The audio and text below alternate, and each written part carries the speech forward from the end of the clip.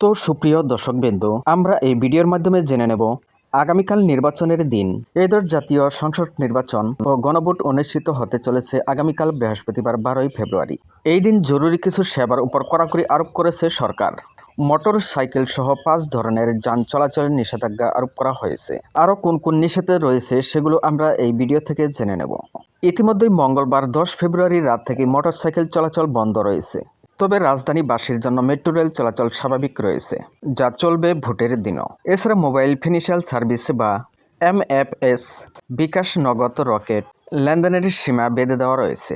সরকারের পক্ষ থেকে আরও জানানো হয়েছে, ভোটকে প্রভাবমুক্ত, নিরপেক্ষ ও শান্তিপূর্ণ করার উদ্দেশ্যে এই সব নিষেধাজ্ঞা আরোপ করা হয়েছে। এদিকে আজ বুধবার 11ই ফেব্রুয়ারি এবং আগামীকাল বৃহস্পতিবার নির্বাচনের দিন রাজধানী সহ সারা দেশের বড় বড় দোকানপাট, বাণিজ্যিক প্রতিষ্ঠান, শপিং মল বন্ধ থাকার সিদ্ধান্ত নিয়েছে বাংলাদেশের দোকান ব্যবসায়ী সমিতি।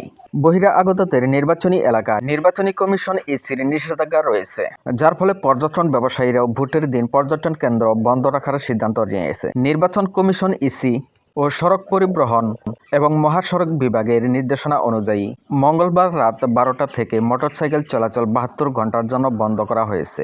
তবে ইসির স্টিকার যুক্ত মোটরসাইকেলের ক্ষেত্রে কোনো বিধিনিষেধ নেই। নির্বাচন সংশ্লিষ্ট গুরুত্বপূর্ণ কার্যক্রম এবং জরুরি প্রয়োজনের কথা বিবেচনায় কিছু ছাড় দেওয়া হয়েছে।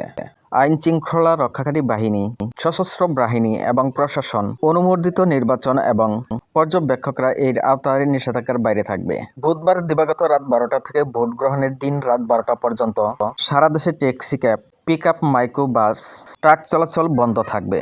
তবে ভোট দেওয়ার উদ্দেশ্যে ব্যক্তিগত কার বা গাড়ি ব্যবহার করতে পারবেন ভোটাররা। এছাড়া জরুরি সেবা, ঔষধ এবং চিকিৎসা সামগ্রী পরিবহন, প্রয়োজনীয় দ্রব্য সরবরাহ এবং সংবাদপত্র বহনকারী যানবাহন চলাচলে কোনো নিষেধাজ্ঞা থাকবে না। এছাড়া বিদেশগামী এবং বিদেশ থেকে ফেরা যাত্রীদের ক্ষেত্রে বিশেষ ছাড় রয়েছে। পাসপোর্ট এবং টিকিট সহ প্রয়োজনীয় কাগজপাতি পরিদর্শন সাপেক্ষ বিমানবন্দরে যাতায়াতে কোনো বাধা থাকবে না।